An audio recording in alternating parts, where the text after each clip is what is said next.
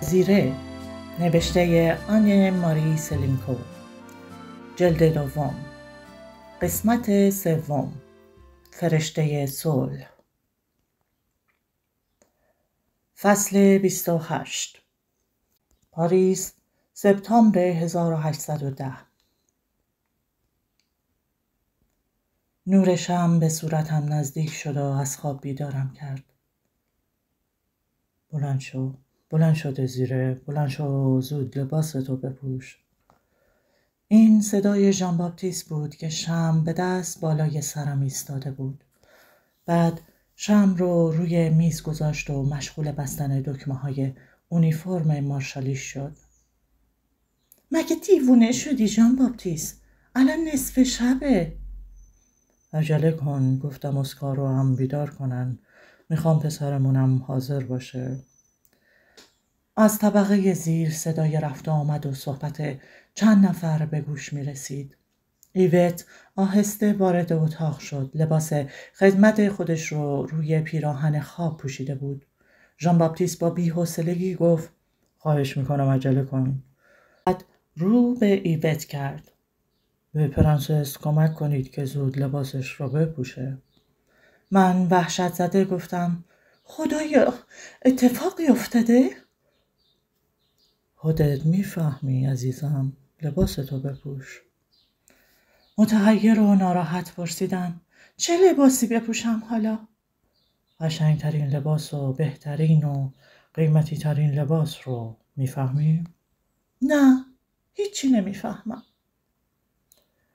بعد با لحن غضب‌آلودی گفتم ایوت، اون پیراهن ابریشمی زرد و که توی مهمونی دربار پوشیده بودم بیار. ژان باپتیست، آخه نمیخوای بگی چی شده؟ اما ژان باپتیست از اتاق بیرون رفته بود. با عجله شروع به شونه زدن زلفم کردم. ایوت پرسید پرنسس، نیم تاجم سرتون میذارید؟ با لحن خشمالودی فریاد زدم بله دیگه، نیم تاجو بیار، جعبه جواهراتم هم بیار. ناچارم همشونو بندازم. اگه نگید چه خبر شده از کجا میتونم بفهمم کدومو باید انتخاب کنم آخه بچه‌مو چرا نصف شبی بیدار کردی؟ حاضر شدی دزیره؟ ژان باپتیست، اگه به من نگی. ایوت گفت کمی روش به لباتون بمالید پرنسس. در آینه کمد توالتم نگاه کردم. صورتم خیلی خواب‌آلود بود. قوطی رژ رو بده، قوطی پودر رو هم بده، زود باش، عجله کن ایوت. بسته دزیره، بیا. دیگه نمیشه بیشتر از این مردمو در انتظار گذاشت. کدوم مردمو نمیشه در انتظار گذاشت؟ تا اونجایی که من میدونم نصف شب همه خوابن. ژان باپتیست بازوی منو گرفت. سعی کن حواستو سر جا بیاری دختر جون. با لحن ناراحتی پرسیدم چه اتفاقی افتاده؟ خواهش میکنم بگو دیگه. این لحظات مهمترین لحظات زندگی منه دزیره. خواستم بایستم و اونو نگاه کنم، اما بازومو ول نکرد و از پله ها پایینم برد. جلوی در سالن بزرگ ماری و فرنان اسکار رو به طرف ما فرستادن. در چشمهای اسکار آثار اضطراب دیده میشد. پاپا چی شده؟ جنگ شده مگه؟ امپراتور اومده؟ ماما چه لباس قشنگی! قشنگترین لباس اسکار رو تنش کرده بودند. زلف سرکشش رو آب زده و خوابونده بودند. ژان باپتیست دست اسکار رو گرفت. سالن مثل روز روشن شده بود. تمام شمعدونای ما رو به سالن آورده بودند. چند نفر انتظارمون رو میکشیدند. ژان باپتیست بازوی منو گرفت و بین من و اسکار آهسته به طرف اونا رفت. اونیفرم‌های خارجی با دستمالگردن‌های زرد و آبی و مدال‌های براق به چشم می‌خورد. مرد جوونی با چکمه‌های بلند گلالود در ردیف اول دیده می‌شد. موهای بور آشفته‌اش روی شونه‌هاش ریخته بود. این جوون یک برگ کاغذ که مهری به اون آویخته بود در دست داشت. وقتی ما وارد شدیم همه سرخم کردن و ناگهان سکوت مرگباری حکم فرما شد. بعد مرد جوان که ورقه کاغذ رو به دست داشت جلو اومد. به نظر می اومد که چند شبانه روز متوالی با اسب راهپیمایی کرده. زیر چشمهاش کبود شده بود. ژان باپتیست با آرومی گفت: گوستاو و فردریک مورنر از لشکر سوار اویلند و زندانی من در لوبک. از دیدار مجدد شما بسیار خوشوقتم آقایون. من فهمیدم که اون همون مورنره که ژان باپتیست یه شب تمام با اون راجع به آینده اروپای شمالی مذاکره کرده بود. دست لرزون اون کاغذ رو به ژان باپتیست تقدیم کرد. والا حضرت پادشاهی. قلب من از حرکت ایستاد.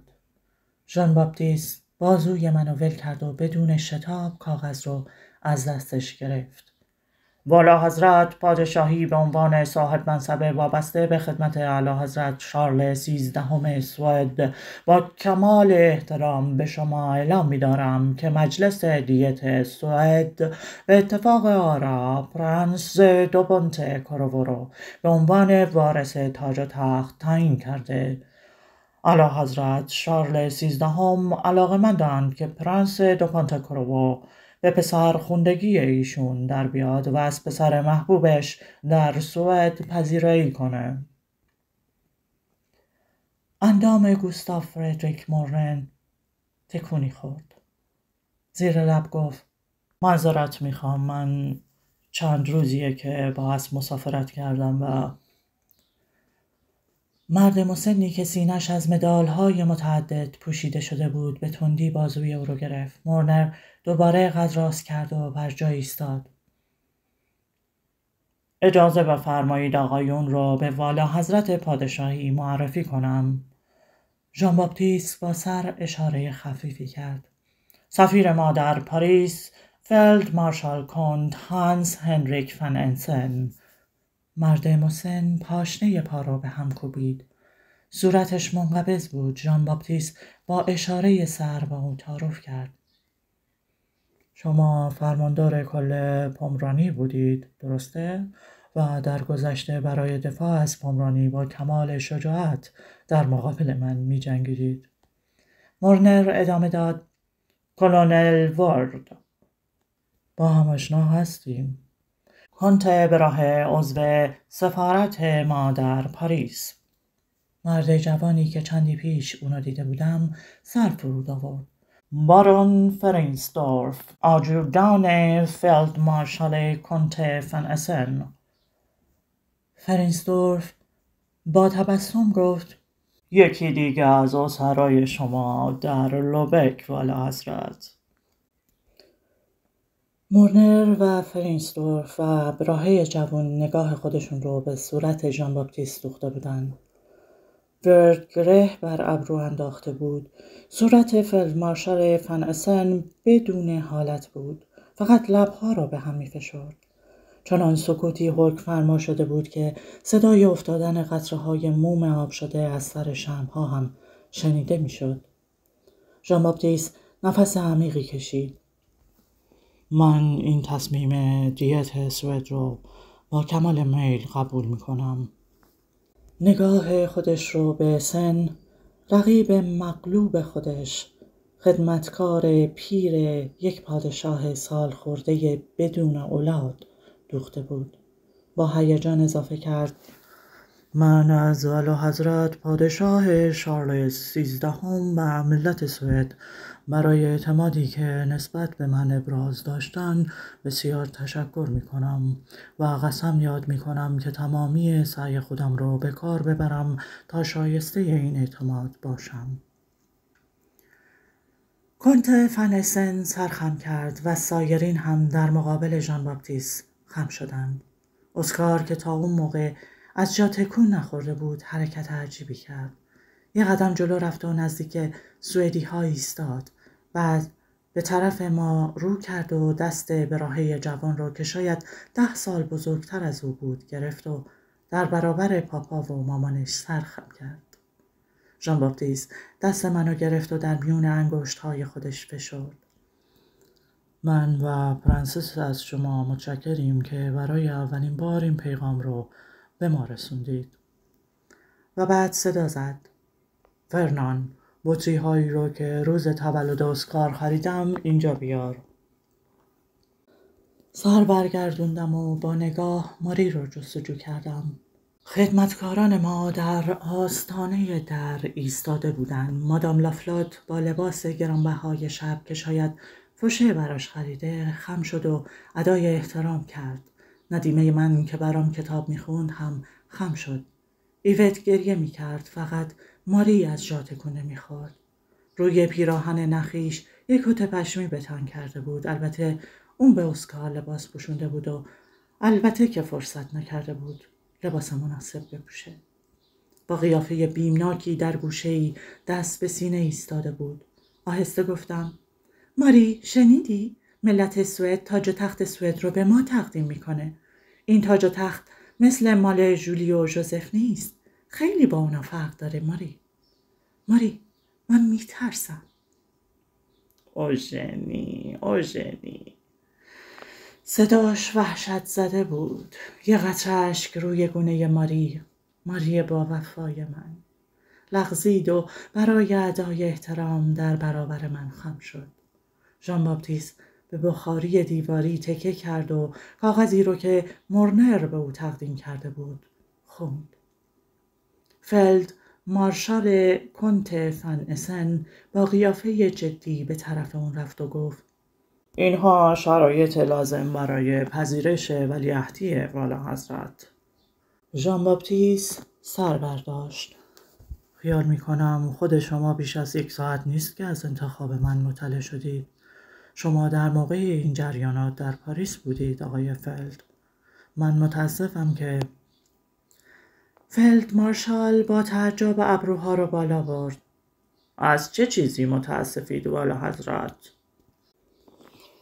متاسفم که شما هنوز فرصت پیدا نکردید به موقعیت تازه عادت کنید آقا. واقعا متاسفم. شما با وفاداری و شجاعت از سیاست خانواده واسا پشتیبانی کردید و این کار آسونی نبوده کنت فن اسن. حتی گاهی خیلی سخت بوده آقا و بدبختانه در جنگی که در گذشته در مقابل شما داشتیم شکست خوردیم والا حضرت. ژان باپتیست جواب داد: ما به اتفاق برای تجدید سازمان قشون سوئد فعالیت خواهیم کرد. فلد مارشال با صدایی تقریباً تهدیدآمیز گفت: قبل از اینکه جواب پرنس دو کنت کروو رو فردا به استکهلم بفرستم باید توجه پرنس رو به یکی از نکات این نوشته جلب کنم و اون نکته موضوع ملیت. شرط اساسی این فرزند خوندگی اینه که پرنس دو کنت کروو ملیت سوئد رو قبول کنن. ژان باپتیست تبسم کرد. تصور میکنید من با تابعیت فرانسه عنوان ولیعهد سوئد رو قبول میکنم آقا؟ آثار تعجب و شک در صورت کنت فن اسن ظاهر شد، اما من فکر نمیکردم خوب شنیده باشم. من فردا به امپراتور فرانسویان نامه‌ای می‌نویسم و از اعلی حضرت تقاضا میکنم که به ما اجازه بدن از تابعیت فرانسه خارج بشیم. آهای فرنان، تمام بطری‌های شراب را باز کن. فرنان مثل اینکه فتح بزرگی کرده باشه بطری‌های غبارآلود رو روی یک میز گذاشت. این بطری‌ها رو من از سو به خیابون سیلالین و از اونجا به خیابون آنژو منتقل کردم. ژان باپتیست گفت: من وقتی این شرابا رو خریدم وزیر جنگ بودم. وقتی اسکار به دنیا اومد به زنم گفتم این بطری ها رو روزی که پسرمون وارد قشون فرانسه بشه باز میکنیم. فرنان اولین بطری رو باز کرده بود. اسکار با صدای بچگونش گفت: میدونین آقا، من میخوام موزیسین بشم، اما مامانم دلش میخواد مثل پدر بزرگم تاجر حریر باشم. مورنر علیرغم خستگی از این حرف اسکار خندید. فقط فلد مارشال فن اسن به حرف بچه توجهی نکرد. فرنان گیلاس ها را پر کرد. کنته براهه جوان گفت: حالا باید والا حضرت اولین کلمه سوئدی رو یاد بگیرید. این کلمه سکال هست که به معنی سلامتیه. من جامم را به سلامتی والا حضرت پادشاهی. اما نتونست جمله‌ش رو تموم کنه. ژان باپتیست گفت: آقایون، خواهش میکنم جامهای خود رو به سلامتی اعلی حضرت پادشاه سوئد پدرخونده بزرگ من بلند کنید. همه با قیافه‌های جدی جامهای خودشون رو خالی کردن. من در حالی که شراب قیمتی رو میخوردم فکر کردم خواب میبینم. حتما خواب میبینم. تو تخت خوابم هستم. حتما دارم خواب میبینم. یه نفر فریاد زد: به سلامتی والا حضرت ولایت عهد پرنس یوهان.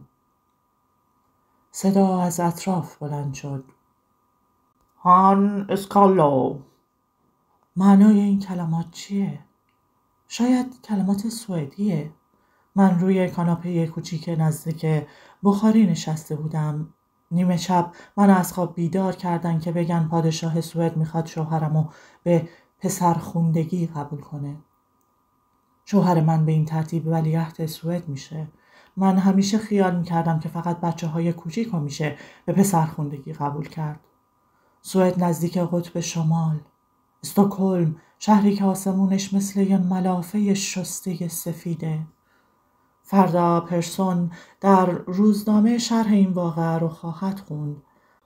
ولی قطعا نمیتونه فکر کنه که پرنسس دو پونتکروو، زن ولیعهد، همون دختر کوچولوی موسیو کلاریه.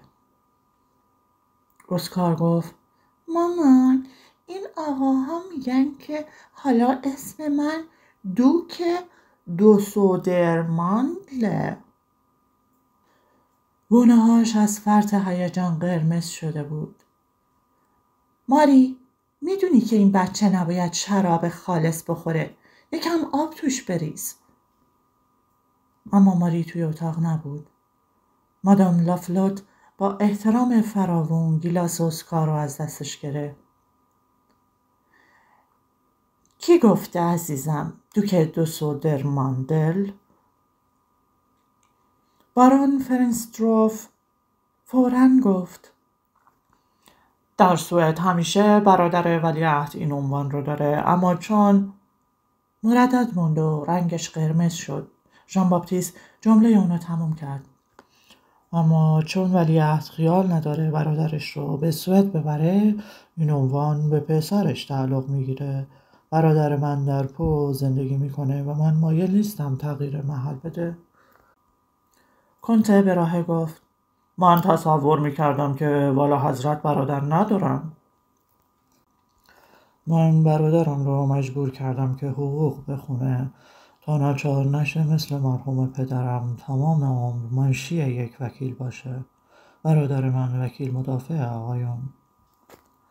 در این موقع اسکار پرسید: مامان، از این که به سوئد میری خوشحالی؟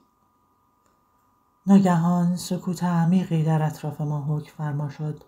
همه میخواستن جوابمو بشنون. اینا متوقعند که نه نمیتونن همچی انتظاری از من داشته باشن. مگه خونه من اینجا نیست؟ مگه من فرانسوی نیستم؟ من فکر تازه‌ای به خاطرم رسید. ژان باپتیست مایله که از تابعیت فرانسه خارج بشیم. من زن ولیعهد مملکتی هستم که اون رو نمیشناسم و در اون خانواده های اشرافی زیادی وجود دارن. البته اشراف حقیقی، نه مثل اشراف مملکت ما که به طرز تازه لقب گرفتن. من دیدم که وقتی اسکار گفت که پدر من تاجر حریر بوده همه تبسم کردن. فقط کنته فنسن تبسم نکرد. او هم خجالت کشید. برای دربار سوئد خجالت کشید. اسکار دوباره گفت: مامان، بگو که خوشحالی. گفتم: عزیزم، من هنوز سوئد رو نمیشناسم. اسکار، اما تمام سعیم رو میکنم که خوشحال و خوشبخت بشم پسرم. کنت فنسن با کلمات شمرده گفت ملت سوئد هم نمیتونن بیش از این توقع داشته باشن والا حضرت. وقتی فرانسه حرف میزد لهجهش منو به یاد پرسون مینداخت. چقدر دلم میخواست حرف محبت آمیزی به اونا بزنم. من در هنگام جوانی با یک نفر از اهالی استکهلم آشنا شده بودم. اسمش پرسونه و یه مغازه حریر فروشی داره. شاید شما اونو بشناسید آقای فیلدمارشال. فیلدمارشال جواب داد نه متاسفانه والا حضرت. شما چطور باران فرینسدورف؟ نه متاسفانه نمیشناسم والا حضرت. من همچنان مایوس نشدم. شاید آقای کنته به راه این پرسون تاجر حریر استکهلم رو بشناسن. نه خیر والا حضرت. باران مورنر شما چطور؟ مورنر اولین دوست ژان باپتیست در سوئد به کمک اون آمد. اولیا حضرت در سوئد اسم پرسون فراوونه. یک اسم خیلی متداوله. یک نفر شمع‌ها را خاموش کرد و پرده ها را پس زد. آفتاب بلندی بود. ژان باپتیست گفت من نمیتونم قطعنامه یک حزب حتی اگر حزب اتحاد باشه امضا کنم. مورنر کنار ورد ایستاده بود. والا حضرت پادشاهی در لوبک میگفتن که بله که سوئد و نروژ یک واحد جغرافیایی رو تشکیل میدن. ما سعی خواهیم کرد که این اتحاد رو عملی کنیم. این وظیفه دولت سوئده، نه یک حزب تنها. وانگهی ولیعهد باید موافق و برکنار از احزاب باشه. شب بخیر، یا بهتر روز بخیر آقایون. نمیدونم چطور به اتاقم برگشتم. شاید ژان باپتیست منو به اتاق آورده باشه یا ماری به کمک فرنان. ژان باپتیست تو نباید با زیر دستای جدیدت اینطور بد رفتاری کنی. چشمام بسته بود اما حس میکردم که اون نزدیکمه. صداشو شنیدم. سعی کن کلمه کارل یوهان رو تلفظ کنی. برای چی؟ این اسم جدید منه. کارل از اسم پدر خوندم پادشاه سوئده و یوهان به سوئدی همون ژانه. ترجمه اون به زبان ما شارل ژان میشه. و بعد از کمی مکس اضافه کرد روی سکه ها اسمم به کارلوس یوهانس تغییر میکنه و پرنسس زن ولیعهد میشه دزیدریا. من از جا پریدم. ببینم اینا شوخی رو از حد گذروندن ها. من نمیذارم اسممو دزیدریا بذارن. به هیچ وجه اجازه نمیدم. میفهمی؟ این میل و اراده مادر خوندت ملکه سوئد. برای اون دزیر خیلی فرانسویه. از این گذشته دزیدریا سنگین تره. باید رضایت بدی. دوباره خودم رو روی بالش انداختم. فکر میکنی آدم میتونه ملیتش رو از بین ببره یا فراموش کنه؟ اینکه چه کسیه یا چه کسی بوده به کجا تعلق داره؟ بلا مقدمه به سوئد بره و رول زن ولیعهد رو بازی کنه. ژان باپتیست گمان میکنم من خیلی بدبخت بشم. اما اون به من گوش نمیداد. با اسمهای جدیدی بازی میکرد. پرنسس دزیدریا. دزیدریا به زبان لاتین یعنی مطلوب و دلخواه. برای پرنسس ولایت عهدی که به وسیله ملتش انتخاب شده اسمی بهتر از این سراغ ندارم. نه ژان باپتیست من مطلوب سوئدیا نیستم. اونا احتیاج به یه مرد قوی دارن. یه زن ضعیف که از همه بدتر دختر یه حریر فروش ساده است و جز آقای پرسون کسی رو نمیشناسه. مطلوب اونا نیست. ژان باپتیست از جا بلند شد. حالا من میرم با آب سرد حموم کنم و بعد متن تقاضایی رو که باید برای امپراتور بفرستم املا کنم. من تکون نخوردم. به من نگاه کن دزیره. به من نگاه کن. من میخوام از امپراتور تقاضا کنم که من و پسر و زنم رو از تابعیت فرانسه معاف کنه که ملیت سوئد رو قبول کنیم. به این امر راضی هستی؟ اینطور نیست؟ من به اون جواب ندادم و نگاش نکردم. دزیره، من نمیخوام اگر تو مخالف باشی چنین تقاضایی کنم. میشنوی یا نه؟ باز جوابی ندادم. دزیره، مگه نمیفهمید چه موضوع مهمی در میونه؟ در این موقع اونو نگاه کردم. موهای مجعد سیاهش روی پیشونی ریخته بود. به دماغ برآمده و چشمهای گود رفتش چشم دوختم. به یاد کتاب‌های جلد چرمی افتاده بودم که یک گروهبان سابق با اونها حقوق میخوند. به یاد قوانین گمرکی اون افتادم که هانوفر رو زنده کرد. فکر کردم اون یکی خم شده و خودش تاجش رو از زمین برداشته. اما تاج تو رو یه ملت که پادشاهی در رأس اون قرار داره بهت تقدیم کرده. بله ژان باپتیست، میدونم چه موضوعی در میونه. و تو همراه من و اسکار به سوئد میای. اگه واقعا مطلوب سوئدی ها باشم. عاقبت دست اون رو به دست گرفته بودم و میتونستم اونو به صورتم بفشارم. چقدر دوستش دارم. خدایا، من این مردو چقدر دوست دارم. و اگر قسم بخوری که هیچ وقت منو دزیدریا صدا نکنی. قسم میخورم دختر جون، قسم میخورم. باشه، پس بذار پرنسس ولایت عهد مملکت یخا خوابشو تموم کنه و برو حمومتو بکن. سعی کن بگی شارژان، برای اینکه من به اسم کارل یوهان باید کم کم عادت کنم. اگه تویی که زود عادت میکنی، بازم منو یه بار دیگه بوس کن. میخوام ببینم یه ولیعهد چطور بوس میکنه. خب بوسه یا ولیعهد چطور بود؟ عالی، عیناً بوسه ژان باپتیست برنادوت قدیم خودم. مدت مدیدی خوابیدم اما خوابم آشفته بود. وقتی بیدار شدم حس کردم که واقعه خارق‌العاده‌ای اتفاق افتاده. نگاهی به ساعت روی میز انداختم. ساعت 2 بود. 2 بعد از نصف شب. یا 2 بعد از ظهر. صدای اسکار رو از باغ شنیدم.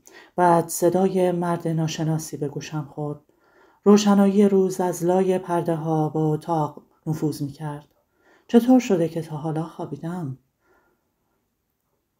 روی سینم احساس سنگینی می کردم. حتما اتفاقی افتاده، اما چه اتفاقی؟ زنگ زدم.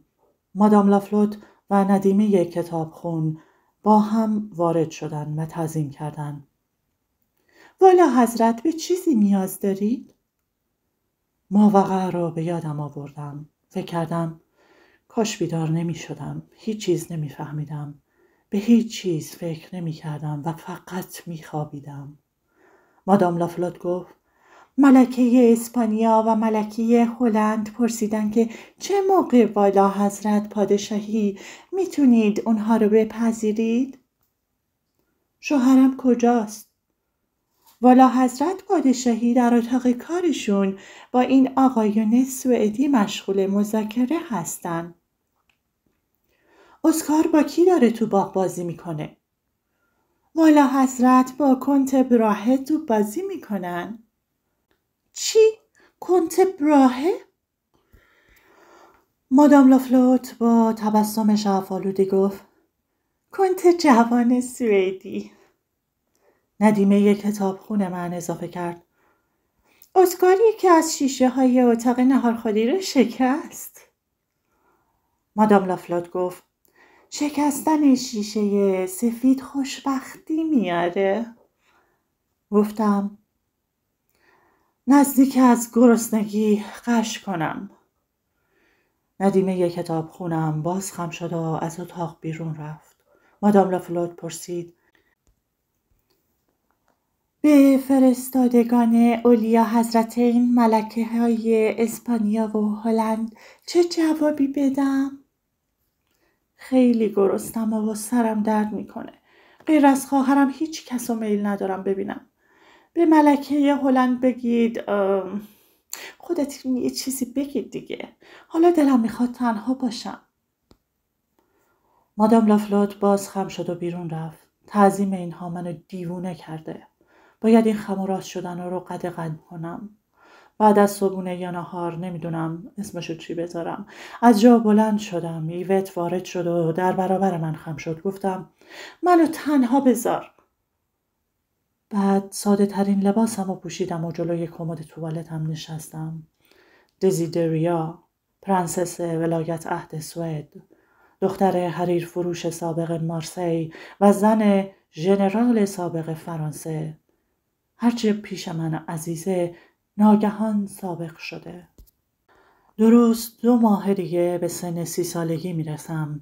نمیدونم از قیافم پیداست یا نه. صورتم گرد و صافه، حتی کمی گوشتالود شده. دیگه شیرینی و خامه نخواهم خورد.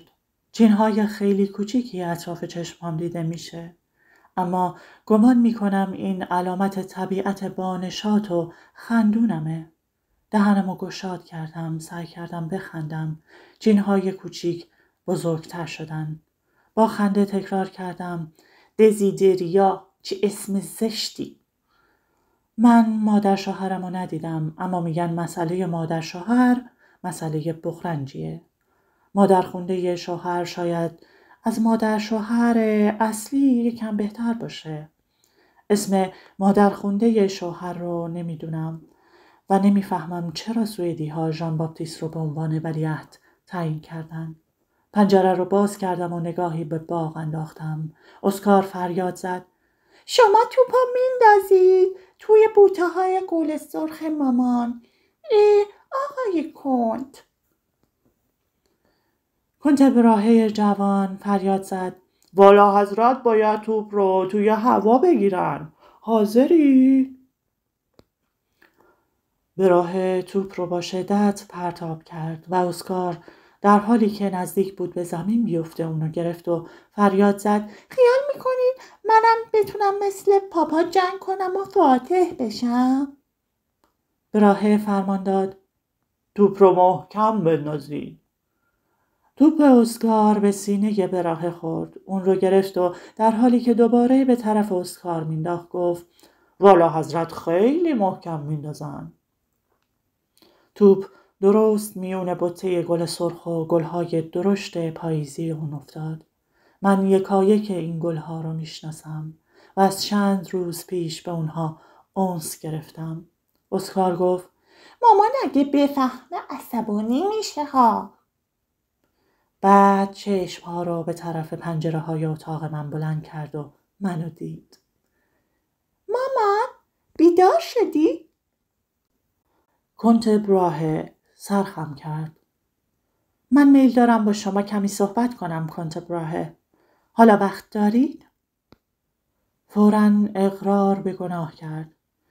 ما یکی از شیشه های اتاق ناهارخوری رو شکستیم والا حضرت. با خنده گفتم: امیدوارم دولت سوئد مخارج تعمیرش رو بده. کنت براهه پاشنه‌ها رو به هم کوبید. با کمال احترام به شما اعلام می‌کنم که کشور سوئد تقریباً ورشکست شده اعلی حضرت. بلا اراده گفتم: اتفاقاً حدس می‌زدم. صبر کنین من الان میام پایین. چند لحظه بعد من در باغ بین کنت براهه جوان و اسکار روی نیمکت سفید جلوی درخت‌های میوه نشسته بودم. آفتاب نیمه گرم پاییزی صورتم رو نوازش می‌کرد. اسکار پرسید: نمیشه این صحبت با کنتو برای بعد بذاریم مامان؟ ما داشتیم بازی می‌کردیم. من سر تکون دادم. نه، دلم میخواد تو خوب گوش بدی. از عمارت صدای صحبت چند نفر به گوش می رسید. صدای ژان باپتیست خیلی قوی و محکم بود. کنت براهه گفت: فیلد مارشال فانسن و اعضای سفارت امروز به طرف سوئد حرکت میکنن که جواب والا حضرت پادشاهی رو به عرض پادشاه و ملت سوئد برسونن. مورنر اینجا میمونه. والا حضرت پادشاهی او رو به سمت آجودان مخصوص خودش تعیین کرده. البته یک چاپار هم به استکهلم فرستاده. من مترصد بهانه‌ای بودم که سوالاتم را شروع کنم. بهانه مناسبی پیدا نکردم. ناچار بدون مقدمه شروع کردم. خواهش میکنم بی پرده به من بگید. کنت عزیز، چطور شده که سوئد تاج و تختش رو به شوهر من تقدیم کرده؟ اعلی حضرت پادشاه شارل 13 اولاد نداره و در مملکت ما سال هاست که طرز اداره و کاردانی والا حضرت مورد تمجید و تحسین عمومه. حرفش رو قطع کردم. شنیدم که پادشاه سابق را خل کردن چون فکر میکردن دیوانه است. این پادشاه واقعا دیوانه بود؟ کنت براهه نگاهش رو به یک برگ خشک دوخت و گفت ما اینطور تصور میکنیم. چرا؟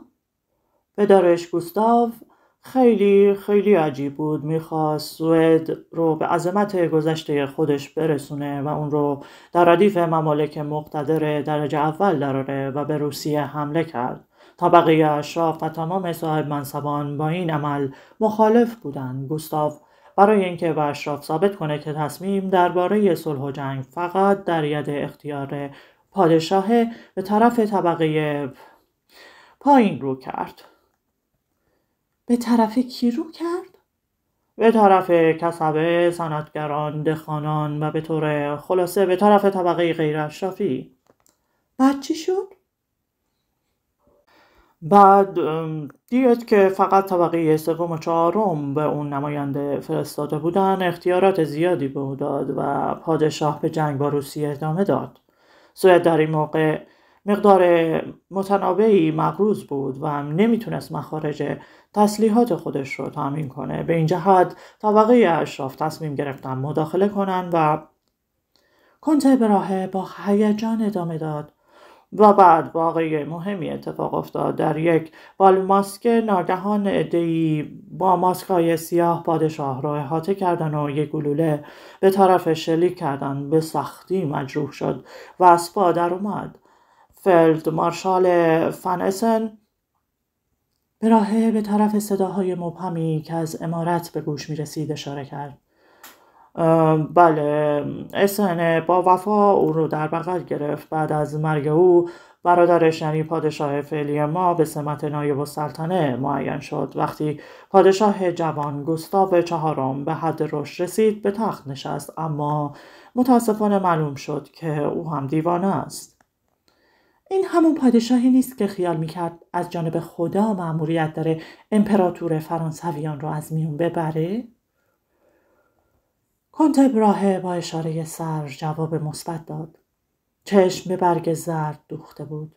اسکار پرسید چرا انتقام پاپاشو نگرفت؟ براهه در حالی که پیدا بود فکرش جای دیگه از زیر لب گفت با اینکه دیوانه بود میدونست که نمیتونه از طبقه اشراف انتقام بگیره. من گفتم دنبال این ماجرای ترسناک رو بگید کنت براهه. کنت منو نگاه کرد مثل اینکه حرف خوشمزه‌ای زده بودم. ماجرای ترسناک؟ اما قیافه من جدی بود و تبسم نمی کردم. کمی مردد موند. گوستاو چهارم خیال میکرد که در خلال سطور کتاب مذهبی به اون مأموریت داده شده که فرانسه انقلابی رو نابود کنه. از این جهت با دشمنان فرانسه متحد شد. بعد از اینکه تزار با امپراتور ناپلئون صلح کرد، او با روسیه هم به جنگ مشغول شد. ما با قوی ترین ممالک قاره جنگ کردیم و در این جنگ از فرط خستگی و ضعف از پا در افتادیم. فیلد مارشال فانسن در جنگ با شوهر شما پومرانی رو از دست داد. ببخشید، در جنگ با والا حضرت پادشاهی پرنسس کارل یوهان و روس‌ها فنلاند رو از ما گرفتن. فنلاند ما رو کمی مکث کرد و ناگهان گفت و اون موقعی که پرنس دو پونتکروو با سربازانش در دانمارک بود، اگر از تنگه اورسوند که از یخ پوشیده شده بود عبور می‌کرد، دیگه امروز سوئدی وجود نداشت.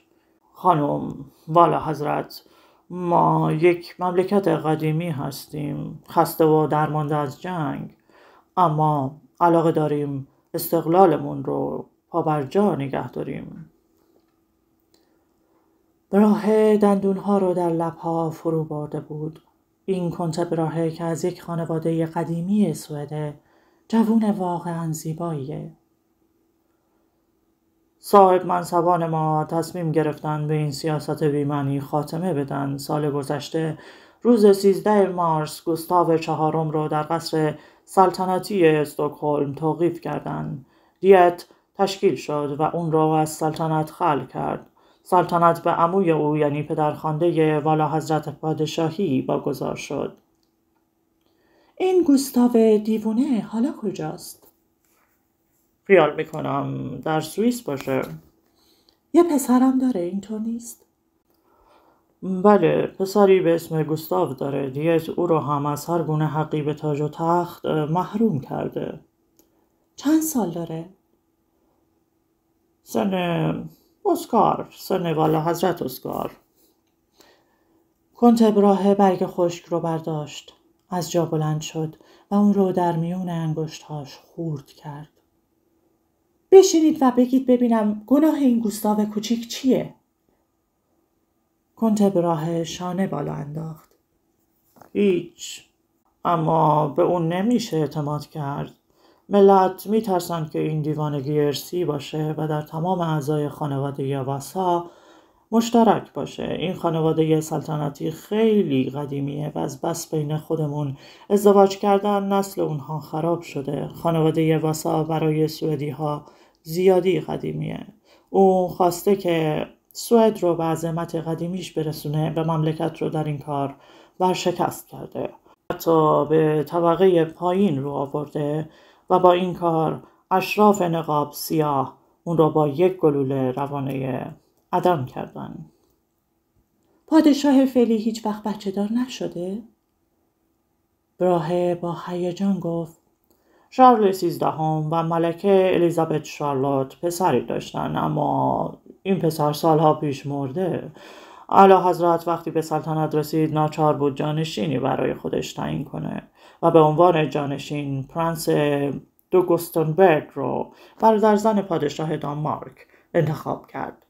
پرنس فرماندار کل نروژ بود. نروژی ها خیلی او رو دوست داشتن. همه امیدوار بودن که وقتی او به سلطنت برسه موضوع اتحاد سوئد و نروژ عملی میشه. وقتی پرنس دو گوستنبرگ در آخر ماه می در یک حادثه کشته شد، دوباره دیت رو دعوت کردن و حالا شما والا حضرت از نتیجه این انتخاب کاملا مطلع هستید.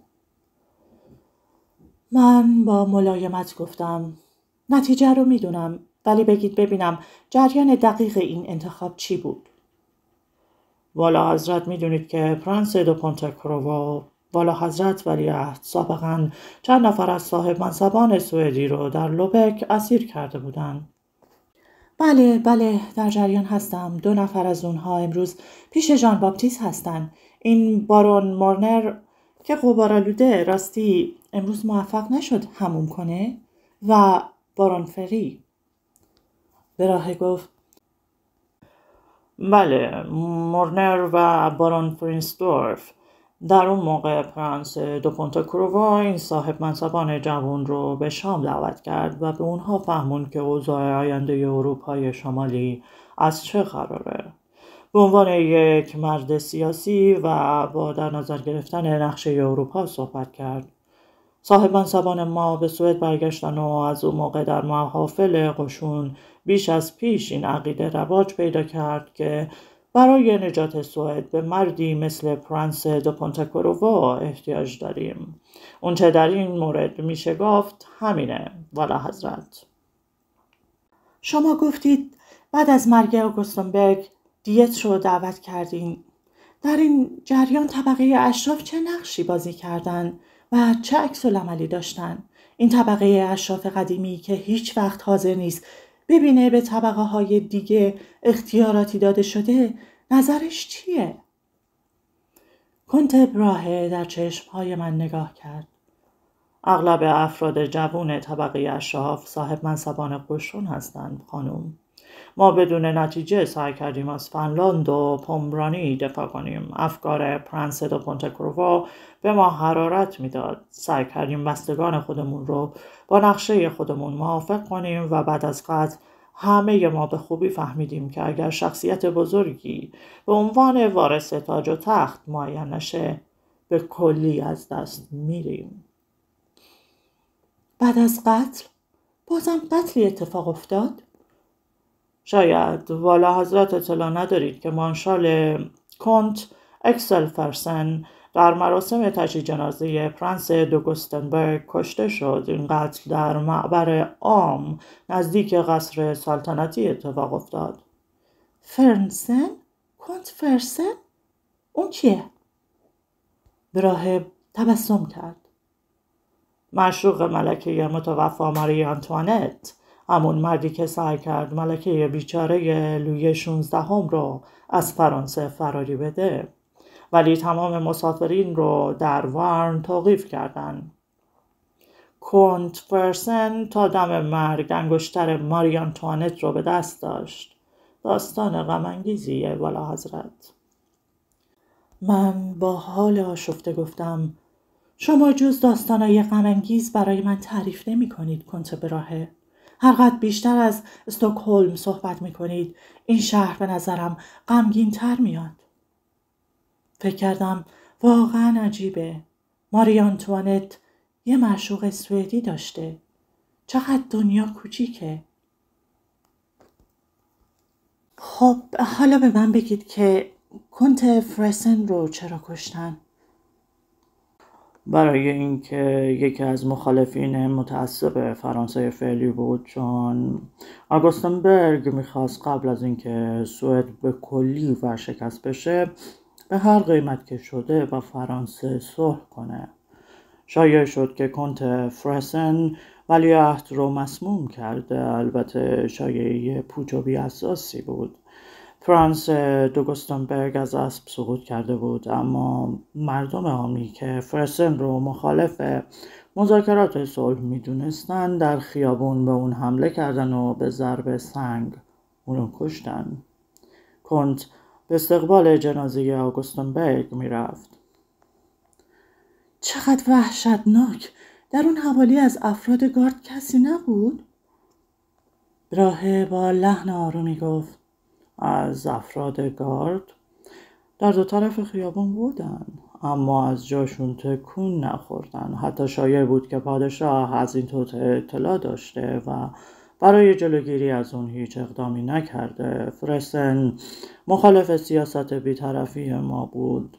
بعد از این واقعه حاکم استکهلم اعلام کرد که دیگه نمیتونه نظم رو در پایتخت برقرار کنه. در نتیجه مجلس دیت به جای اینکه در استکهلم تشکیل بشه در اوربه تشکیل شد. اسکار با پاهاش روی شنها خط میکشید. صحبت ما اونو خسته کرده بود و اصلا گوش نمیداد. وای خدا به داد برسه. یه نفر رو میکشن و افراد گارد با خونسردی تماشا میکنن. حقیقتاً بعد از این قتل اشراف متوجه شدند که صاحب منصبان جوان که به پرنس دو پونتکرووا متمایل شده بودند کاملاً حق داشتند. و طبقه سوم و چهارم اونا چی میگن؟ جنگ‌های توأم با عدم موفقیت خزانه ما رو خالی کرده. راه نجات ما تجارت با انگلستانه، اما فقط یک نفره که رابطش با ناپلئون خوبه و میتونه مانع بشه که سوئد ناچار در محاصره قاره انگلستان شرکت کنه و بنادر خودش رو به روی این مملکت ببنده. طبقه سوم و چهارم از این موضوع کاملا اطلاع دارن. از طرفی هم یک دربار بی پول نمیتونه مورد علاقه این کسبه و صنعتگرا باشه و خانواده واسا به زودی از پرداخت مستمری باغبانهای قصر سلطنتی هم عاجز خواهد موند. وقتی به این کسبه گفتن که پرنس دو پونت کروو خیلی متموله، اونها هم به او رأی دادن. اسکار در این موقع پرسید: مامان، پاپا اینقدر پول داره که حقوق تمام باغبونای سوئدو بده؟ گفتم: معمولا مردم خیال میکنن که تازه به دوران رسیده ها خیلی پول دارن. ملت سوئد و اشراف اون هم یه همچین تصویری از ما دارن. وقتی اولین بار در اون شب بارونی در کالسکه با ژان باپتیس خیابون‌های پاریس رو طی می‌کردیم، ژان باپتیس به من گفته بود من یکم از مستمریم و سال هاست که پسنداز کردم و با اون میتونم یه خونه کوچیک برای شما و بچه‌مون بخرم. یه خونه کوچیک برای من و بچه، اما نه این قصر سلطنتی در سوئد که در اون افراد نقاب سیاه به صورت میزنن و پادشاهشون رو میکشن. نه این قصری که جلوی اون مردمی مارشال رو به سنگ به قتل میرسونن و گارد محافظ از جاش تکون نمیخوره. صورتم رو در دستهام پنهان کردم و نتونستم جلوی اشک‌های خودم رو بگیرم. اسکار گفت: مامان خوشگلم. اسکار دست به گردن من انداخته بود و منو به خودش میفشرد. اشک‌ها رو پاک کردم و به صورت جدی کنت براهه چشم دوختم. آیا این مرد جوان میفهمید من چرا گریه میکنم؟ به صورتم نگاه کرد و گفت: من بد کردم که این ماجراها رو برای شما حکایت کردم والا حضرت، اما تصور میکنم بهتره که بدونین اشراف و صاحب منصبا و طبقه سوم و چهارم شوهر منو انتخاب کردن، اما اعلیحضرت پادشاه چی میگه؟ پادشاه هرچی باشه از خانواده واساست، متجاوز از 60 سال داره و بیمار و ضعیفه. تا آخر در مقابل این جریان مقاومت کرد و پسرعموهای خود و تمام پرنس‌های دانمارکی را یکی بعد از دیگری پیشنهاد کرد و عاقبت مجبور شد تسلیم بشه. فکر کردم عاقبت مجبور شده تسلیم بشه و ژان باپتیس رو به عنوان پسرخونده محبوبش انتخاب کنه. ملکه از اعلیحضرت جوان‌تره، اینطور نیست؟ اولیا حضرت کمی بیش از 50 سال دارن و زن خیلی فعال و باهوشی هستن. زیر لب گفتم: یقیناً با من دشمن خواهد بود. کنت براهه به آرومی گفت: قطعاً اولیا حضرت از دیدن دوک سودرمانلند خیلی خوشوقت خواهند شد.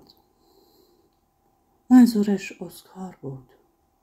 در این موقع مورنر وارد باغ شد. خیلی تمیز و نظیف بود و گونه های برجستش می درخشید. اونیفرم رسمی به تن داشت. اسکار به طرفش دوید: میخوام آرم روی دکمه‌هات ببینم. و به تماشای دکمه‌های اونیفرم مشغول شد. نگاه کن مامان، 3 تاج کوچولو و یه شیر داره که اونم تاج سرشه. چه آرمای قشنگی. مورنر نگاه خودش رو بین صورت من و براهه گردش میداد. از چشمهای من پیدا بود که گریه کردم و قیافه کنت جوان ناراحت بود. براهه گفت: والا حضرت پادشاهی علاقه داشتن تاریخ خانواده سلطنتی ما رو در سالهای اخیر بدونن. مورنر با تعجب ابروها رو بالا برد. اسکار با هیجان پرسید: ما هم عضو خانواده واساییم؟ حالا که پادشاه پاپا رو به پسرخوندگی قبول کرده، ما هم از خانواده واسا شدیم، مگه نه؟ از جا بلند شدم و گفتم: چرا پرت میگی اسکار؟ تو همین برنادوتی که هستی خواهی موند. میخواستی چیزی به من بگید آقای بارون مورنر؟ والا حضرت پادشاهی از شما خواهش کردن که به اتاق ایشون برید. اتاق کار ژان باپتیس منظره غریبی پیدا کرده بود. آینه بزرگ دستشویی منو کنار میزش قرار داده بودن. ژان باپتیس یک اونیفرم جدید رو امتحان میکرد. جلوی اون خیاط با دهن پر از سوزن زانو زده بود. سوئدی ها هم در این امتحان لباس حاضر بودند. من به تماشای اونیفرم جدید آبی سیر مشغول شدم. روی یقه بلند اون فقط یک ردیف یراق دوخته شده بود. ژان باپتیس در حالی که با قیافه جدی خودش رو در آینه نگاه میکرد گفت: زیر شونه راستم رو فشار میده.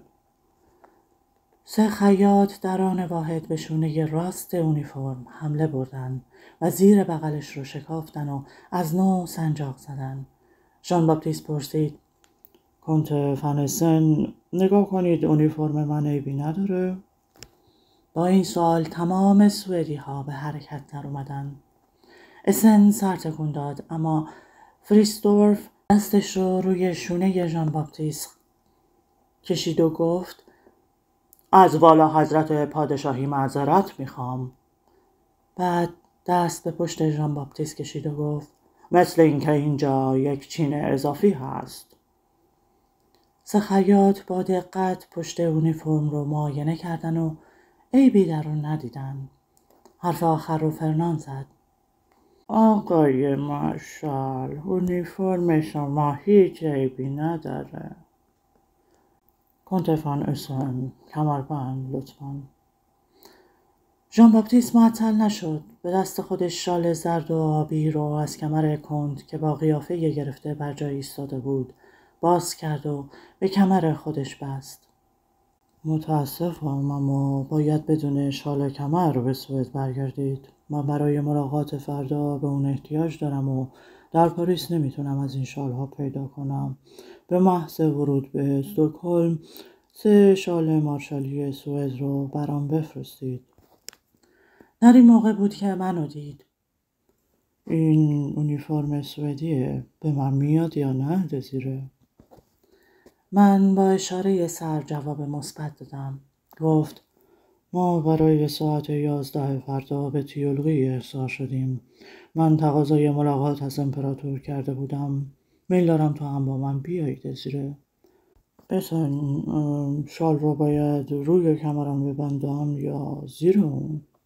در واقع باید کمربند رو بپوشونه اعلی حضرت. بسیار خوب، من احتیاج ندارم کمربند شما رو هم قرض کنم. کمربند اونیفرم مارشالی فرانسه براش کافی بود. زیر شال حتی دیده نمیشد. دزیره، به نظر تو این اونیفرم واقعا به من میاد؟ در این موقع مادام لافلات ورود ژولی رو اعلام کرد. ژان باپتیس گفت: یه شمشیر رسمی سوئد هم لازم دارم. من به سالن رفتم. جثه ژولی در میون چینهای پالتوی گشاد و قرمزش خیلی کوچیک به نظر می اومد. جلوی پنجره ایستاده و با قیافه متفکر باغ رو تماشا می کرد. ژولی، معذرت میخوام منتظرت گذاشتم. ژولی تکونی خورد. گردن باریک خودش رو به طرف من دراز کرد. چشمهاش گشاد شد، مثل اینکه هیچ وقت منو ندیده بوده. خم شد و در مقابل من ادای احترام کرد. با صدای غضب‌آلودی فریاد زدم: مسخرم نکن. من خودم به اندازه کافی فکر و خیال و گرفتاری دارم ژولی. اما قیافه جدی ژولی هیچ تغییری نکرد. والا حضرت، مسخره نمی کنم. بلند شو. بیشتر از این عصبانیم نکن. از کی تا حالا یه ملکه جلوی یه پرنسس خم میشه؟ ژولی قد راست کرد. ملکه بدون مملکتی که اتباعش از روز اول بر ضد شورش کردن باید در مقابل پرنسسی که به اتفاق آرا به وسیله مجلس دیت انتخاب شده قطعاً خم بشه. به تبریک میگم. از صمیم قلب به تبریک میگم عزیزم. من دستشو گرفتم. روی کاناپه نشستیم. گفتم: تو از کجا خبر پیدا کردی خودمان دیشب آخر شب از این موضوع مطلع شدیم. در تمام پاریس امروز صحبتی جز این نیست. ما را امپراتور بر تخت نشونده و در حقیقت ما نماینده اونیم، اما در سوئد دیت تشکیل میشه و آزادانه انتخاب میکنن. دزیره، هنوز مبهوتم. ژولی شروع به خنده کرد. امروز ناهار در تیلقی بودم. امپراتور از این موضوع مفصلا صحبت کرد و خیلی سر به سر من گذاشت. سر به سرت گذاشت؟ بله، میگفت که ژان باپتیست تقاضا خواهد کرد که اسمش از ردیف صاحب منصبای فرانسوی خارج بشه و به زودی هم حتما به سوئد میره. خیلی خندیدی. با تعجب بهش نگاه کردم. خندیدین؟ چه چیز خنده داری توی این حرف بود؟ وقتی فکرشو میکنم قلبم فشرده میشه. دیزیره، بگو که این حرف اون بی اساس بوده. من ساکت موندم. ژولی زیر لب گفت هیچ کدوم از ما تا حالا همچین فکری نکرده. مگه ژوزف پادشاه اسپانیا نیست؟ با وجود این فرانسوی مونده. لویی هم پادشاه هلنده. اگر کسی بهش بگه هلندی هستی عصبانی میشه. ژروم و الیزم همینطور. گفتم خب خیلی تفاوت میکنه. مگه تو خودت الان قبول نکردی که بین ما و شما یه فرقایی هست ژولی؟ بگو ببینم، تصمیم دارید تو سوئد اقامت کنید؟ ژان باپتیست یقینا، ولی من بسته به این داره که به چی؟ البته حتما به سوئد میرم. سر رو به زیر انداختم و ادامه دادم. گوش کن. اینا توقع دارن که من اسمم رو دزیدریا بذارم. این کلمه در لاتین به معنی مطلوب و دلخواهه. من در صورتی که استکهلم بمونم باید بدونم که مطلوب و دلخواه اونا واقعا هستم. ژولی گفت این چه حرفیه؟ یقینا که تو مطلوبی. جواب دادم من خیلی اطمینان ندارم ژولی. خانواده های قدیمی اشرافی سوئد و مادر شوهر جدیدم. پرت میگی. مادر شوهر برای این از عروس نفرت داره که پسرشو از دست داده. اما ژولی به مادام لسسیا فکر میکرد. برای اینکه منو دلداری بده اضافه کرد اما ژان باپتیست که پسر واقعی ملکه سوئد نیست. گذشته از این تو در استکهلم پرسون رو میشناسی. اون حتما محبت‌های پاپا و اتینو فراموش نکرده. تو فقط باید به اون یه عنوان اشرافی بدی و بدین ترتیب فوراً صاحب یه دوست در دیار غربت بشی. گفتم اصلا تو قضیه رو به یه صورت دیگه میبینی ژولی. و متوجه شدم که در واقع ژولی از ماوقع هیچی نفهمیده. از طرفی تمام حواسش متوجه تیلقی بود. گوش کن دزیره، میدونی یه اتفاق شگفت‌انگیز افتاده. امپراتریس انتظار بچه میکشه. امپراتور از خوشحالی در پوستش نمیگنجه. به پسرش لقب پادشاه روم داده برای اینکه ناپلئون اطمینان داره که پسره. از چه موقع؟ کی امپراتریس انتظار بچه داره؟ باز از دیروز؟ نه، الان 3 ماهشه. دستی به در خورد.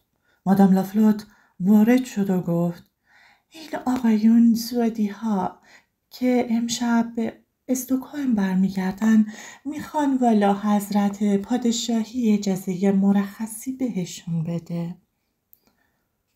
آقایون رو به اینجا راهنمایی کن. فکر نمی کنم هیچ کدوم از سوئدی ها متوجه شده باشن که من چقدر از آینده وحشت دارم.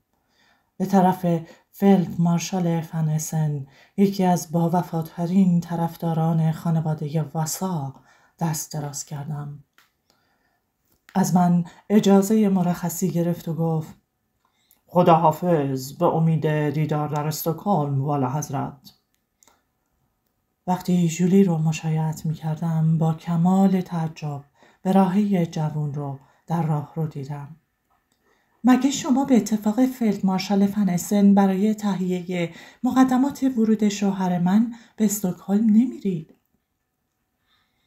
من تقاضا کردم که موقتاً به عنوان آجودان شما معین بشم. والا حضرت، تقاضای من پذیرفته شده و در انجام اوامر حاضرم.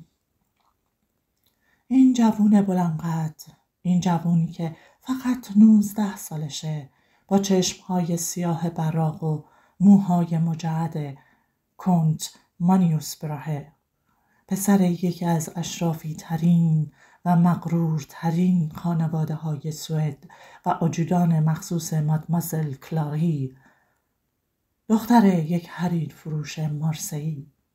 با صدای آهسته اضافه کرد: میخوام از والا حضرت پادشاهی تقاضا کنم که به من این افتخار رو بدید که در مسافرت استکهلم شما را همراهی کنم. از قیافش پیدا بود که تو دلش میگه وقتی یک کنت براهه همراه پرنسس جدید ماست، وای به حال کسی که جرأت کنه به اون نگاه چپ کنه. من تبسم کردم. مرسی کنت براهه، اما واقعا نمیدونم در اینجا برای یک صاحب منصب متشخص چه مشغولیاتی فراهم کنم. برای اینکه خیال منو راحت کنه گفت: والا حضرت پادشاهی برای این موضوع فکر خواهید کرد و تا موقع این اتفاق من میتونم با اسکار توپ بازی کنم. ببخشید، با دوک دوسوو درماندل. با خنده گفتم: به شرط اینکه دیگه شیشه رو نشکنی. برای اولین بار وحشت عظیم من کمی تخفیف پیدا کرد. شاید اینقدرها هم وحشتناک نباشه. ما برای ساعت 11 پیش امپراتور دعوت شده بودیم. ساعت 11:05 وارد اتاق انتظاری شدیم که ناپلئون در اون دیپلمات‌ها و ژنرال‌ها و پرنس‌های خارجی و وزرای خودمون رو ساعت‌ها در انتظار می‌ذاشت. به محض ورود ما سکوت مرگباری حکم فرما شد. همه به اونیفرم سوئدی ژان باپتیست خیره شدند و از سر راه ما کنار رفتند. ژان باپتیست از یکی از آجودانهای امپراتور خواهش کرد به امپراتور اطلاع بده که پرنس دو پونته کروو، مارشال فرانسه، به اتفاق زن و پسرش منتظره. مثل اینکه در یک جزیره دور افتاده بودیم. هیچ کس مایل نبود با ما اظهار آشنایی کنه. هیچ کس به ما تبریک نگفت. اسکار خودش رو به من میفشرد و با انگشت‌های ظریف دامنم رو گرفته بود و ول نمی کرد. تمام کسایی که در این سالن حاضر بودن از ماوقع اطلاع داشتن. یک ملت خارجی بدون هیچ گونه فشار و آزادانه تاج شاهی خودشون رو به ژان باپتیست تقدیم کرده و تقاضای ترک تابعیت فرانسه و معاف شدن از خدمت قشون ژان باپتیست پشت این در درست روی میز امپراتوره. ژان باپتیست دیگه نمیخواست تبعی فرانسه باشه. نگاه‌های وحشت زده آنی از ما فارغ نمیشد. منظره ما برای اونها ایجاد نگرانی کرده بود. در کاخ همه میدونستن که صحنه وحشتناکی در انتظارمونه. از اون صحنه‌های خشم و غضب که فریادهای امپراتور در و پنجره‌های کاخ رو به لرزه در میاره. من فکر میکردم خدا کنه شما رو ساعتها منتظر بذاره و ژان باپتیست رو نگاه میکردم. ژان باپتیست چشم به یکی از دو قراول جلوی در اتاق امپراتور دوخته بود. با دقت کلاه پوستی او رو نگاه میکرد. مثل اینکه میخواست برای آخرین بار اونو ببینه. زنگ ساعت 11 به گوش رسید. منوال منشی مخصوص امپراتور زاهد شد. اولیا حضرات پرنس دو پونت کرووا و خانواده خواهش میکنم وارد بشید.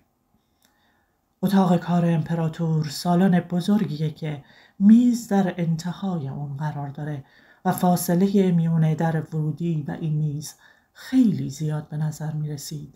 از این جهت امپراتور اغلب برای استقبال از دوستانش نیمی از طول سالن رو طی میکنه. ولی این بار ما مجبور شدیم تا جلوی میز بریم. ناپلئون مثل یک مجسمه بی حرکت پشت میزش نشسته بود.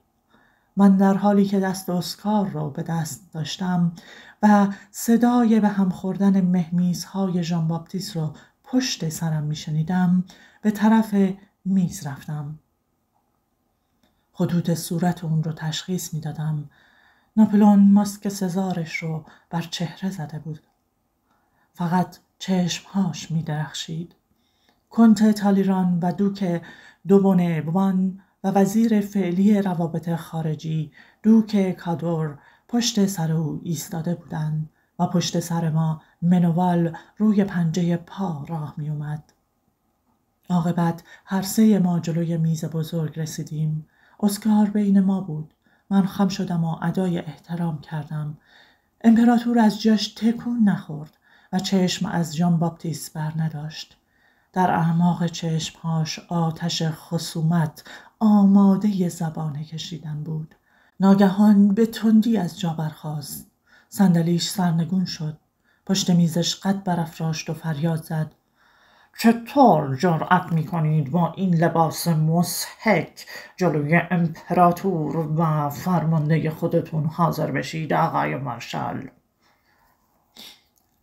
ژان باپتیست با صدای آهسته جواب داد: این اونیفرم مارشالی سوئده اعلیحضرت. و شما جرأت میکنید با اونیفرم سوئدی پیش من بیایید؟ شما یک مارشال فرانسوی هستید.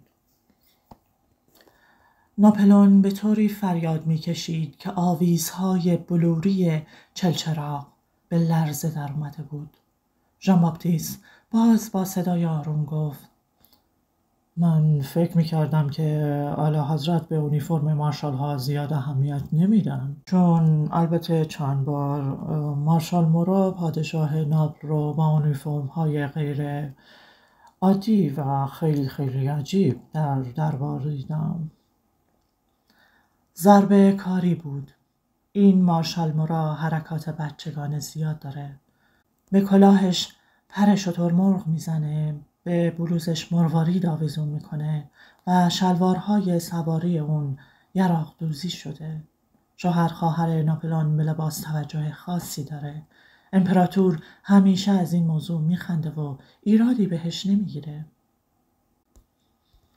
اعلیحضرت شوهر خواهر من یک اونیفرم تفننی برای خودش درست کرده و تا اونجا که من اطلاع دارم لباسهاش اختراع و ابتکار خودشه. سایه یک تبسم بر لبهای باریک او لغزید، ولی خیلی زود محو شد. اما شما جرأت میکنید با اونیفرم سوئدی جلوی امپراتورتون ظاهر بشید. ناپلئون از فرط خشم پا بر زمین کوبید و نفس عمیقی کشید. اسکار خودش رو تقریباً در میون چینهای دامن من کامل مخفی کرده بود. چی شد؟ جواب شما چیه آقای مارشال؟ من تصور کردم که ادب حکم میکنه در این جلسه با اونیفرم سوئدی حاضر بشم. من قصد توهین نداشتم اعلیحضرت. وانگهی این لباس هم تا حدی اختراع شخصیه. ممکنه اعلیحضرت ملاحظه بفرمایید؟ شال کمر رو بالا زد و کمربندش رو نشون داد. کمربند اونیفرم قدیم مارشالی رو به کمر بستم اعلیحضرت. این صحنه لباس کنی رو برای بعد بگذارید برنز. مطلبتون رو بگید. امپراتور خیلی تند حرف میزد. خوشبختانه شروع مطلب که ترسناکترین لحظه بود گذشت. به خودم گفتم عجب بازیگر خوبیه. احساس ضعف و کوفتگی در خودم میکردم. چرا به ما تعارف نمیکنه بشینیم؟ اما اون خیال نشستن نداشت. پشت میز ایستاده بود و چشم از تقاضانامه ژان باپتیست بر نمیداشت. شما از من تقاضای عجیبی کردید پرنس. نوشتید که پادشاه سوئد میخواد شما را به پسرخوندگی قبول کنه و تقاضا میکنید ملیت فرانسوی. باورم نمیشه. تقاضا کردید که ملیت فرانسویتون رو برداریم. تقاضای عجیبیه. اگر انسان به گذشته فکر کنه حتی قابل فهم نیست. اما یقینا شما هیچ وقت به گذشته فکر نمی کنید آقای مارشال. ژان باپتیست لبها را به هم فشرد. واقعا هیچ وقت به گذشته فکر نمی کنید. مثلا به اون موقعی که به عنوان یک سرباز جوان داوطلب شدید برای دفاع از مرزهای فرانسه جدید، یا به میدانهای جنگی که در اونها این سرباز جوان با درجه گروهبانی، ستوانی و سرهنگی و عاقبت به عنوان ژنرال قشون فرانسه جنگیده، یا به آن روزی که امپراتور فرانسویان به شما عنوان مارشالی فرانسه رو اهدا کرد. ژان باپتیست ساکت موند. ما خیلی وقت نیست که شما بدون اطلاع من از مرزهای وطنتون دفاع کردید. امپراتور لبخندی بر لب آورد و ادامه داد. شاید شما بدون اطلاع من فرانسه رو نجات دادید. من یک بار به شما گفتم، اما چون بدبختانه شما گذشته رو به یاد نمیارید، این رو هم یقینا فراموش کردید. بله، یک بار به شما گفتم که من نمیتونم از خدمات مردی مثل شما چشم بپوشم. شاید همون روزهای بعد از سقوط دیرکتوار بود. با وجود این باید به یاد داشته باشید که همون روزها اگر دولت شما فرمان داده بود، شما و منو تیربارون میکردید. فقط دولت به شما همچه دستوری نداد. برنادات، تکرار میکنم، من هرگز نمیتونم از شما چشم بپوشم. برجا نشست و تقاضانامه را کمی عقب زد. سر بلند کرد و گفت اما چون ملت سوئد شما را انتخاب کرده. شونه بالا انداخت و تبسم تمسخرآمیزی بر لب آورد و اضافه کرد چون شما را به عنوان وارث تاج و تخت انتخاب کرده، امپراتور و فرمانده عالی شما امروز به شما اجازه میده که این انتخاب را قبول کنید، اما به عنوان یک فرانسوی و مارشال فرانسه. ژان باپتیست با آرومی گفت پس باید به اعلی حضرت پادشاه سوئد اطلاع بدم که نمیتونم این عنوان جدید رو قبول کنم. ملت سوئد یک ولیعهد سوئدی میخوان اعلی حضرت ها. ناپلئون از جا پرید. این حرف واقعا بی‌معنیه برنادوت. نگاه کنید برادرهای من ژوزف، لویی، ژروم، کدوم یک از اونها ملیت فرانسه رو ترک کردن؟ یا پسر من اوژن در ایتالیا؟ ژان باپتیست جواب نداد. ناپلئون دوباره میزش رو ترک کرد و شروع به قدم زدن در اتاق کرد. نگاه من در چشم تالیران افتاد.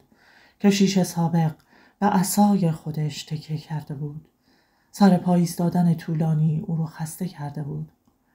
چشمک خفیفی به من زد. چی میخواست بگه؟ که ژان باپتیست به مقصود خواهد رسید؟ اما هیچ بویی از موفقیت نمی اومد.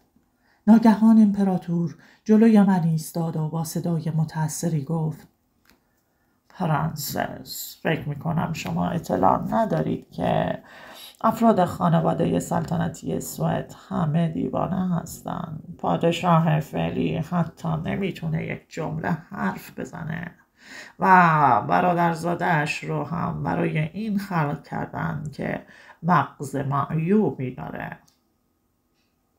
دستی به پیشانی زد و اضافه کرد: بله، به کلی خراب بوده پرنسس. بگید ببینم آیا شوهر شما دیوانه است؟ مقصودم اینه که اینقدر بی‌عقل هست که ملیت فرانسه رو به خاطر تاج و تخت سوئد ترک کنه؟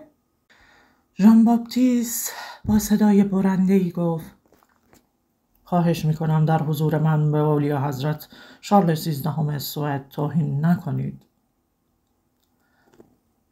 ناپلئون رو به تالیران کرد. تالیران، افراد خانواده واسا مخبت هستند یا نه؟ تالیران گفت: خانواده واسا خیلی قدیمیه اعلی حضرت ها و اغلب اتفاق میفته که خانواده های سلطنتی قدیمی کاملا سالم نباشن. شما پرنسس چه عقیده‌ای دارید؟ میدونید که برنادوت برای شما و بچه هم تقاضای ترک تابعیت فرانسه رو کرده؟ من جواب دادم: در واقع این تغییر تابعیت از لحاظ تشریفات ضروریه. اعلی حضرت ها، در غیر این صورت ما نمیتونیم وراثت تاج و تخت رو قبول کنیم. ژان باپتیست جلوی خودش رو نگاه میکرد. من نگاه خودم رو به تالیران که در مقابلم ایستاده بود دوختم. تالیران با اشاره سر خفیفی حرف منو تایید کرد. موضوع دیگر حذف نام شما از ردیف صاحب منصبان قشونه. این موضوع امکان نداره برنادوت، هیچ امکان نداره. امپراتور دوباره پشت میز خودش قرار گرفته بود و تقاضانامه را که بارها خونده بود دوباره مطالعه کرد. من نمیتونم از یکی از مارشال ها چشم بپوشم. اگر دوباره جنگ بشه. لحظه ای مکث کرد. بعد با لحن تندی ادامه داد: اگر انگلستان از پا در نیاد یقینا جنگ های دیگه ای پیش خواهد اومد. در اون موقع من به شما احتیاج دارم. شما مثل همیشه یکی از لشکرهای منو اداره خواهید کرد و برای من مهم نیست که ولیعهد کدوم کشور باشید. هنگ های سوئدی یک قسمت از لشکر شما رو تشکیل خواهد داد. یا اینکه خیال میکنید. تبسمی که بر لب آورد اون رو 10 سال جوان میکرد. بعد اضافه کرد: یا اینکه خیال میکنید من میتونم فرماندهی افراد ساکسون را به عهده شخص دیگه‌ای بذارم برنادوت؟ در واقع در فرمان اعلی حضرت بعد از نبرد واگرام این نکته ذکر شده بود که ساکسون ها حتی یک گلوله هم شلیک نکردند. در این صورت مهم نیست که چه کسی فرماندهی اونها را به عهده بگیره. این فرماندهی را به مارشال نه بدید. اعلی حضرت نه مرد جاه طلبیه و مدتها تحت فرمان من کار کرده.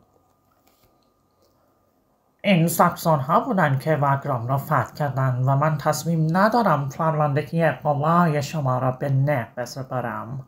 من به شما اجازه میدم سوئدی بشید به شرط اینکه مارشال فرانسه بمونید. من با جاه طلبی و میل به ترقی مارشال ها مخالف نیستم. به علاوه شما ثابت کردید که به بهترین وجهی میتونید یک مملکت مستقل را اداره کنید. این موضوع را در هانوفر و شهرهای اتحادیه هانس نشون دادید. شما حاکم و مدیر فوق‌العاده‌ای هستید برنادوت. من تقاضا دارم از خدمت قشون خارج بشم اعلی حضرت. در این موقع ناپلئون چنان مشتی روی میز کوبید که پنجره ها به لرزه در اومد. من بلا اراده گفتم: اعلی حضرت ها، پاهای من درد گرفته، اجازه میفرمایید که بشینم؟ امپراتور منو نگاه کرد. شعله غضب در چشمهاش تا حدی فرو نشست. نگاهش ملایم شد، مثل اینکه از سر گشاد یک دوربین نگاه میکرد. تصویری که در برابر چشم‌ها داشت لحظه به لحظه کوچکتر می‌شد. عاقبت خیلی دور یک صحنه کوچیک رو می‌دید. یه دختر جوان در یک باغ. وقتی غروب می‌شد اون دختر جوان باهاش مسابقه دو میداد و او برای خوشایندش میذاشت برنده بشه. با صدای ملایمی گفت: وقتی اتباعتون رو به عنوان زن ولیعهد به حضور میپذیرید باید ساعتها بر پا بایستید خانم. آژنی، خواهش میکنم بشین. آقایون بفرمایید.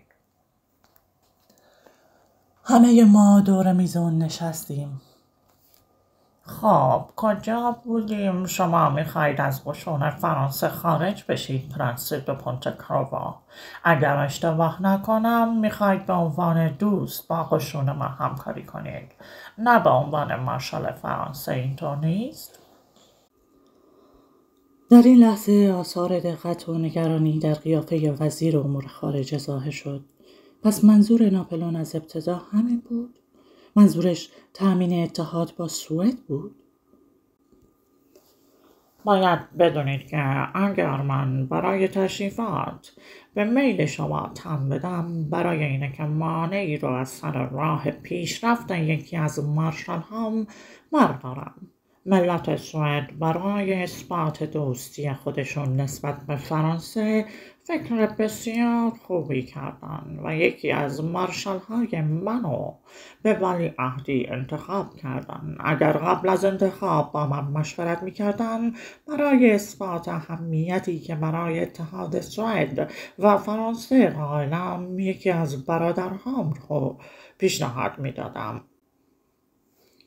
اما حالا که با من مشورت نکردن و بعد از انجام عمل باید تصمیم بگیرم، خب باشه، به شما تبریک میگم پرنس عزیز.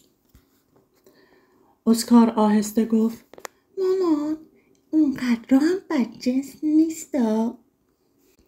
تالیران و دوک کادور برای جلوگیری از خنده خودشون لبهاشون رو گاز گرفتن. ناپلئون با قیافه متفکر لحظه‌ای چشم به اسکار دوخت.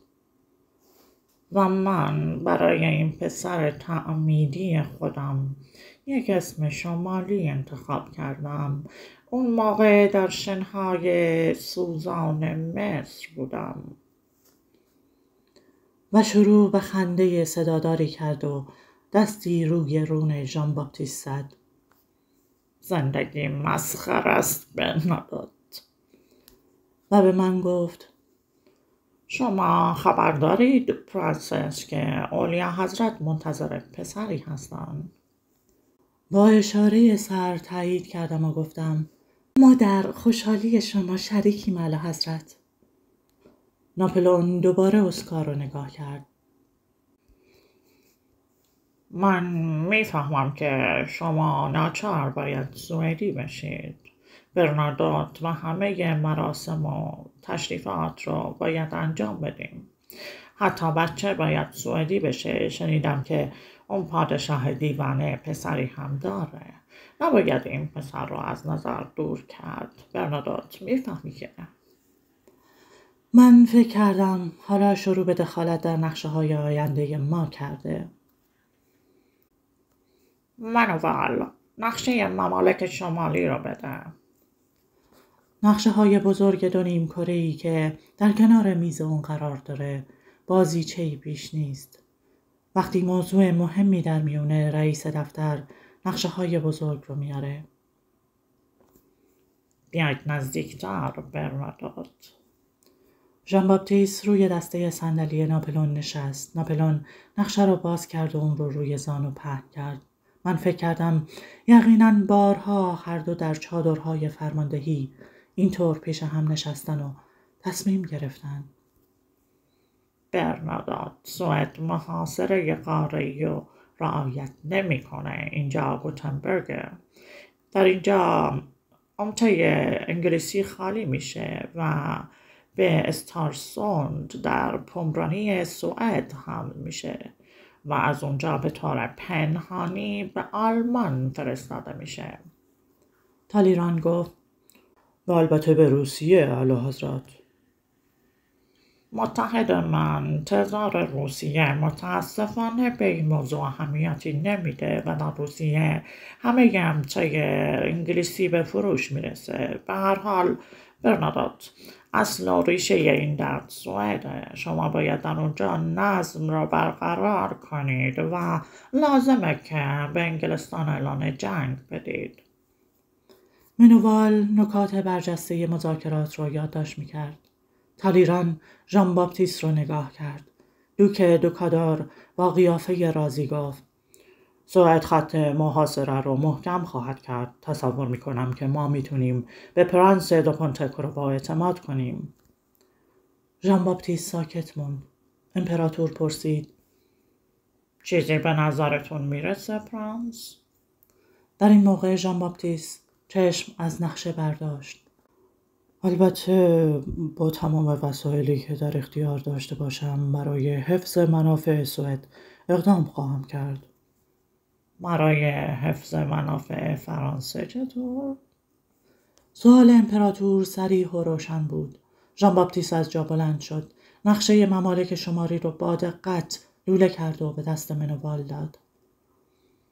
تا اونجایی که من اطلاع دارم دولت اعلیحضرت با دولت سوئد مشغول مذاکره برای انعقاد یک قرارداد عدم تعرضه. این قرارداد ممکنه به یک قرارداد اتحاد مبدل بشه. در نتیجه من میتونم بگم که نه تنها به سوئد بلکه به وطن سابقم هم کمک خواهم کرد. وطن سابقش. این کلمات به گوش خوش نمی اومد. در قیافه ژان باپتیست آثار خستگی کاملا نمایان بود و در کنار پره‌های دماغش چین‌های گودی افتاده بود. امپراتور گفت: شما پرنس یک سرزمین کوچیک تحت سلطه فرانسه هستید. و با لحن سردی اضافه کرد: من مجبورم پرنس نشین پونتکرووا و عایدات قابل توجه اون رو از شما پس بگیرم. در واقع من در نامه‌ای قبلا این تقاضا را از شما کردم اعلیحضرت. مگر تصمیم دارید مثل یک آقای خیلی ساده معمولی به سوئد وارد شید ژان باپتیست برنادوت، مارشال بازنشسته فرانسه؟ اگر مایل باشید ممکنه به عنوان قدردانی از شایستگی‌های شما عنوان پرنس را برای شما باقی بذاریم. ژان باپتیست سری تکون داد. در واقع من مایلم از پرنس نشین و عایدات اون و عنوان اون صرف نظر کنم. اگر اعلیحضرت مایل باشید به پاس خدمات گذشته من در راه دفاع از جمهوری نسبت به من لطفی بفرمایید، تقاضا میکنم برادرم را که در شهر پو زندگی میکنه با اعطای یک بارون نشین مفتخر بفرمایید. برادرتون به سوئد نمیاد؟ اونجا ممکنه به اون عنوان کانت یا دوک بدن. من در واقع تصمیم ندارم برادرم یا کسی از اعضای خانوادم رو به سوئد ببرم. پادشاه سوئد میخواد فقط منو به فرزندی قبول کنه، نه تمام بستگانم رو. من خوب میدونم چه میکنم اعلیحضرت. بلا اراده همه چشمها را به طرف امپراتور برگردوندیم. ناپلئون تاج و تخت و عناوین بلند بالا رو بر سر همه برادران ناقابلش ریخته. امپراتور از جا بلند شد و آهسته گفت: گمان میکنم حق با شماست برنادوت. همه ما از جا بلند شدیم. امپراتور به میز نزدیک شد و برای آخرین بار چشم به تقاضانامه دوخت و پرسید: املاک شما در فرانسه، لیتوانی و وستفالی اونها چی میشه؟ مشغول فروش اونها هستیم اعلیحضرت. برای پرداخت قروض خانواده واسا؟ بله، و برای تشکیل و نگهداری دربار سلسله برنادوت. ناپلئون آهسته دست به طرف قلم برد. یک بار دیگه ما رو یکی پس از دیگری نگاه کرد. با این امضا شما و زن و پسرتون از تابعیت فرانسه خارج میشید برنادوت. امضا کنم؟ ژان باپتیست با اشاره سر جواب مثبت داد. چشمها را تقریبا بسته بود و لبها را به هم میفشرد. با این امضا شما بازنشسته میشید آقای مارشال. واقعا میخواید امضا کنم؟ دوباره ژان باپتیست همون جواب رو داد. من دستم رو به طرفش بردم. زنگ ظهر نواخته شد. از حیاط صدای شیپور به گوش می رسید. تعویض قراولا شروع شده بود. صدای حرکت قلم روی کاغذ در صدای بلند شیپور گم شد.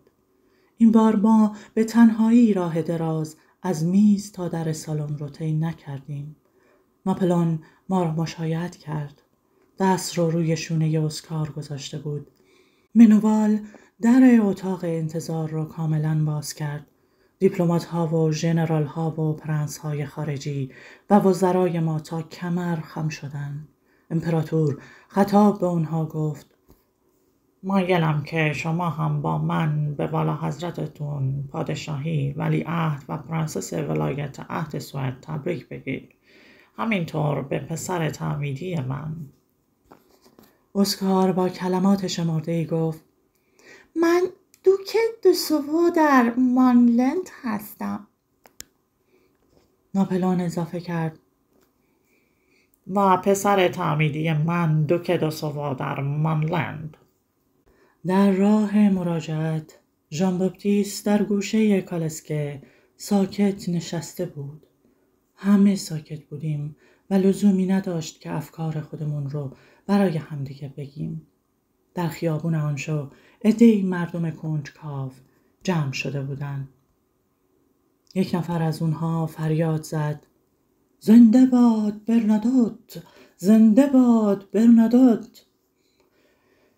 یاد اون روز افتادم که ناپلئون قدرت رو به دست گرفته بود و یک نفر خیال میکرد که ژان باپتیست میتونه از جمهوری در مقابل اون دفاع کنه. جلوی در خونه ما کنت براهه و بارون گوستاو مورنر و چند نفر سوئدی که حامل پیغام مهمی بودند و تازه از استکهلم وارد پاریس شده بودند انتظار ما رو میکشیدند. ژان باپتیست با اشاره دست اونها را مرخص کرد و گفت: خواهش میکنم ما رو ببخشید آقایون. والا حضرت پادشاهی و من مایلیم تنها بمونیم. از جلوی اونها گذشتیم و وارد سالن کوچیک شدیم، اما تنها نموندیم.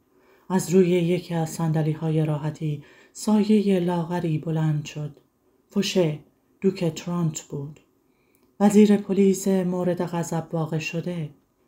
چندی پیش شروع به مذاکره با انگلیسی‌ها کرده بود و ناپلئون مطلع شده بود. فوشه جلوی ما ایستاده بود و یک دسته گل سرخ خیلی تیره مایل به سیاهی به من تقدیم کرد و زیر لب گفت: اجازه میدید به شما تبریک بگم. فرانسه از فرزند برجسته خودش سربلنده. ژان باپتیست با بی‌حوصلگی گفت: این تعارفات رو کنار بذارید آقای فوشه. من امروز از تابعیت فرانسه خارج شدم. میدونم والا حضرت، میدونم.